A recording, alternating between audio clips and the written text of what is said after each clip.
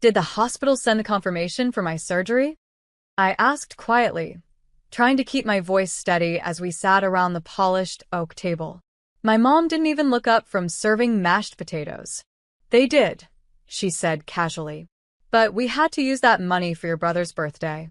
He only turns 21 once, you know. My fork stopped midair. You used my surgery money? Dad chimed in, chuckling. You'll be fine, Evelyn. You always make such a big deal out of everything. Your brother barely gets any attention. Let him have his moment.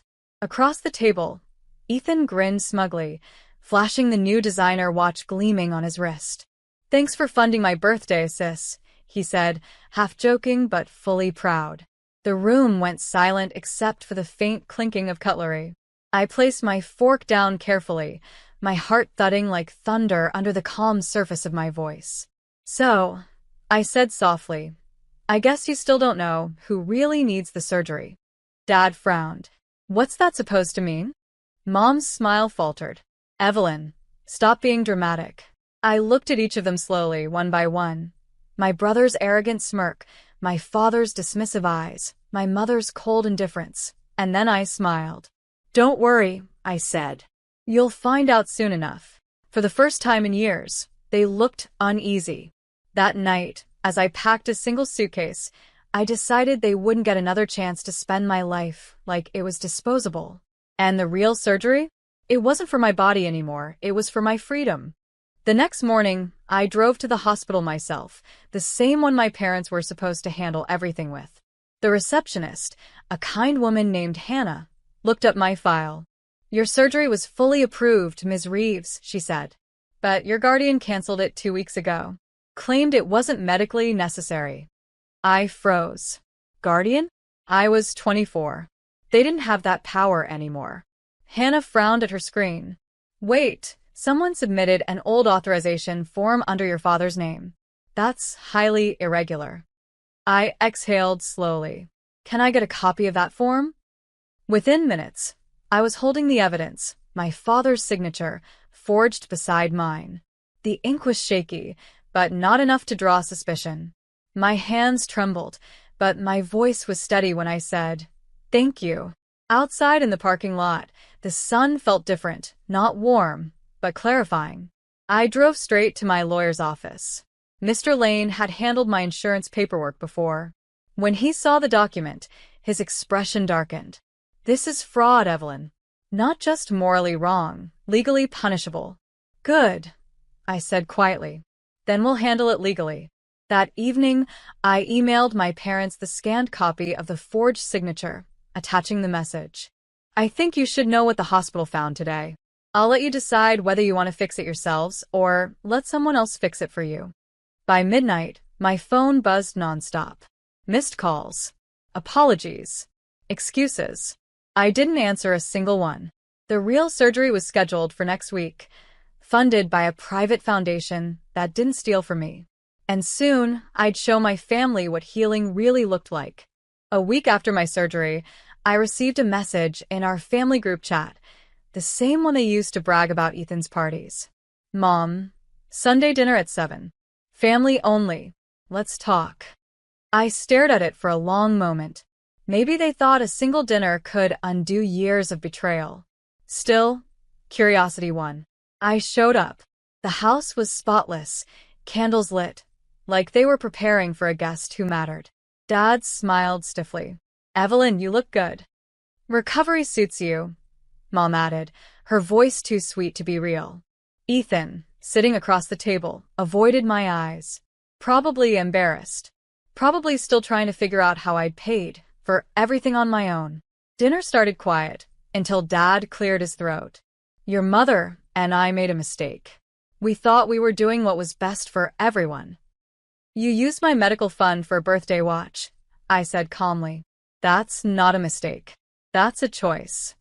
Mom shifted uncomfortably. We were under pressure. Ethan needed validation. I interrupted. I hope that watch keeps his heart ticking, because mine almost didn't. Ethan looked up sharply. Eve, come on. I leaned back, folding my hands. I didn't come here for an apology. I came here to return something. I placed a sealed envelope on the table. Their eyes followed it nervously. "What's that?" Dad asked. "The beginning of accountability," I said softly. They didn't know yet. Inside were legal notices. Fraud investigation. Forgery report. Hospital correspondence. And a single note that read, "This is what healing costs when you try to steal it." 3 days later, I was sitting in my office, the same firm where I'd built my career in medical administration, when my assistant buzzed in. "Evelyn, your parents are here. They said it's urgent." I smiled faintly. Perfect timing. They entered, faces pale, eyes darting around the marble-floored room like they didn't belong there. "Eve," Dad began, "the hospital called. They said someone reported us for document tampering." "You wouldn't." I leaned back in my chair. "I didn't report you. The system did. The hospital's audit flagged the forgery automatically." Mom's voice cracked. "They said we could face charges." "How could you do this to your family?" "Family?" I repeated softly. "You used that word while spending my surgery fund on a watch. You risked my life for a party." Ethan muttered, "It was just money, Eve." I stood, sliding a stack of documents across the table, certified copies from the hospital, the insurance company, and my lawyer. "This is a record of everything you signed in my name. It's also what I sent to the board this morning. They'll decide whether you keep your positions in the hospital trust." Dad's face drained of color. "You wouldn't ruin your own family for this." I looked at him calmly. "You already did. I'm just finishing what you started." The door opened then. My company's legal counsel entered with a folder. "Ms. Reeves, the press statement's ready for your approval." My mother's lips parted in shock. "Press?" I smiled gently. "Transparency, Mom. You taught me to tell the truth, when it's convenient. I'm just doing it when it matters." 2 days later, the conference room was packed, journalists, hospital representatives, and investors. My parents sat stiffly in the second row, their expressions carved in panic. Ethan wasn't there. Apparently, he couldn't handle the stress. The microphones flashed as I stepped onto the podium. "Good morning. I'm Evelyn Reeves, head of operations for the Helios Medical Foundation. Today, I want to address a matter not of money, but of ethics." The cameras clicked. I could feel my parents' eyes burning into my back. "Last month," I continued, "someone canceled a life-saving surgery using falsified documents and redirected the patient's funds for personal use. That patient was me." A gasp rippled through the audience. I let the silence linger before continuing. "The hospital system's digital audit caught the forgery, proving that privilege without accountability breeds corruption, even within families." I paused, then turned slightly, meeting my father's eyes. "This isn't about vengeance. It's about the truth. Because silence only protects the guilty." The reporters exploded with questions. I answered calmly, naming no names, just showing the documents, the timeline, the signatures. The evidence spoke louder than accusation ever could. Afterward, as I stepped down, I caught my father's whisper to my mother. "She destroyed us." I turned back and said quietly, "No, Dad." I freed myself. The story went viral overnight. Commentators praised my composure, my courage. But I didn't care about headlines. I cared that, for once, the narrative belonged to me. And deep down, I knew this was only the beginning. Because the world now saw what kind of people they were and what kind of woman I had become. By Monday morning, the fallout had begun. The hospital board called an emergency session. My parents' names, once symbols of community respect, were now whispered with shame. News outlets replayed my statement, dissecting every sentence. Social media flooded with support. "Stay strong, Evelyn. She's what integrity looks like."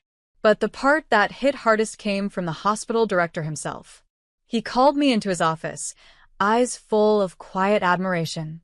"Evelyn," he said, "what you did took courage. We're launching a full ethics review, and we'd like you to lead it." For a moment, I couldn't speak. I'd spent years feeling invisible in my family's shadow, and now the very institution they'd used to control me was placing its trust in me. I accepted. That afternoon, I received a message from Ethan. "Ethan, Mom's crying nonstop. Dad won't leave his office. Are you happy now? I stared at the screen before replying. Me? I didn't do this to make them suffer.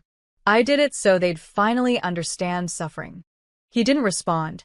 Later, I received a formal letter, my father's resignation from the board. The same man who once told me, "You're not strong enough for leadership," had been forced to step down under my signature. That night, I sat in my apartment, the same one they'd mocked as temporary. My surgical scar still ached faintly, a reminder of what almost didn't heal. Some wounds fade with time. Others, you learn to wear like armor.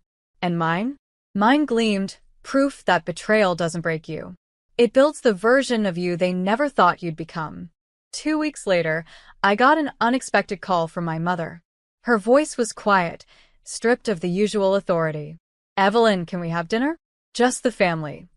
I hesitated, but agreed. There was no anger left, just curiosity. The restaurant they chose was the same one where we'd celebrated my brother's every promotion. When I arrived, the air felt heavy. My father was already seated, staring into his untouched glass of water. My mother looked older, not physically, but in spirit. "Evelyn," she started softly, "we didn't realize how much we'd hurt you." I met her eyes. "You realized? You just didn't care until the world did." Dad flinched. We were under pressure. I made bad choices. "No," I said calmly. "You made comfortable ones. At my expense." The waiter brought our food, but no one touched it. Silence filled the space between us, the kind that comes when truth replaces excuses. After a long pause, my father sighed. "We've lost everything: reputation, board seats, respect. But you gained all of it." I folded my hands. "I didn't want you to lose. I just wanted to stop losing myself." For the first time, my mother's eyes welled with tears. "You've become someone stronger than we ever imagined." I smiled faintly. "You mean stronger than you ever allowed me to be." The check arrived. My father reached for it, but I stopped him. "Don't worry. I've got it." It wasn't pride. It was closure. For years, they'd paid to control me. Tonight, I paid to end it. A month later, the hospital's annual gala was held, the same kind of glittering event my parents once ruled. This time, I stood at the podium, not as a patient or a daughter, but as the newly appointed director of medical ethics and patient advocacy. Flashbulbs popped. The same reporters who'd once chased my father now turned their cameras toward me. My speech was short, deliberate. "Integrity," I said, "isn't inherited. It's proven when doing the right thing costs you everything." Applause filled the hall. I caught sight of my parents near the back, standing, clapping slowly. My mother's eyes glistened with something between pride and regret. My father looked smaller, but finally human. After the event, I stepped outside into the cool night air. The city lights reflected off the hospital windows like constellations, distant but clear. Julian, the hospital director who had believed in me from the start, joined me quietly. "You did it, Evelyn," he said softly. "You turned pain into purpose." I smiled faintly. It was never about revenge. It was about rewriting the ending. He nodded. "And you did, beautifully." Weeks later, I received a handwritten letter. It was from my father. No excuses this time, just 7 words. "You were always the strong one, Evelyn." I placed it in my desk drawer, beside my old surgical bracelet, the one that once labeled me dependent. Now I was anything but, because sometimes poetic justice isn't loud. It's quiet. It's calm. It's a woman standing on her own 2 feet, while the world finally watches her rise.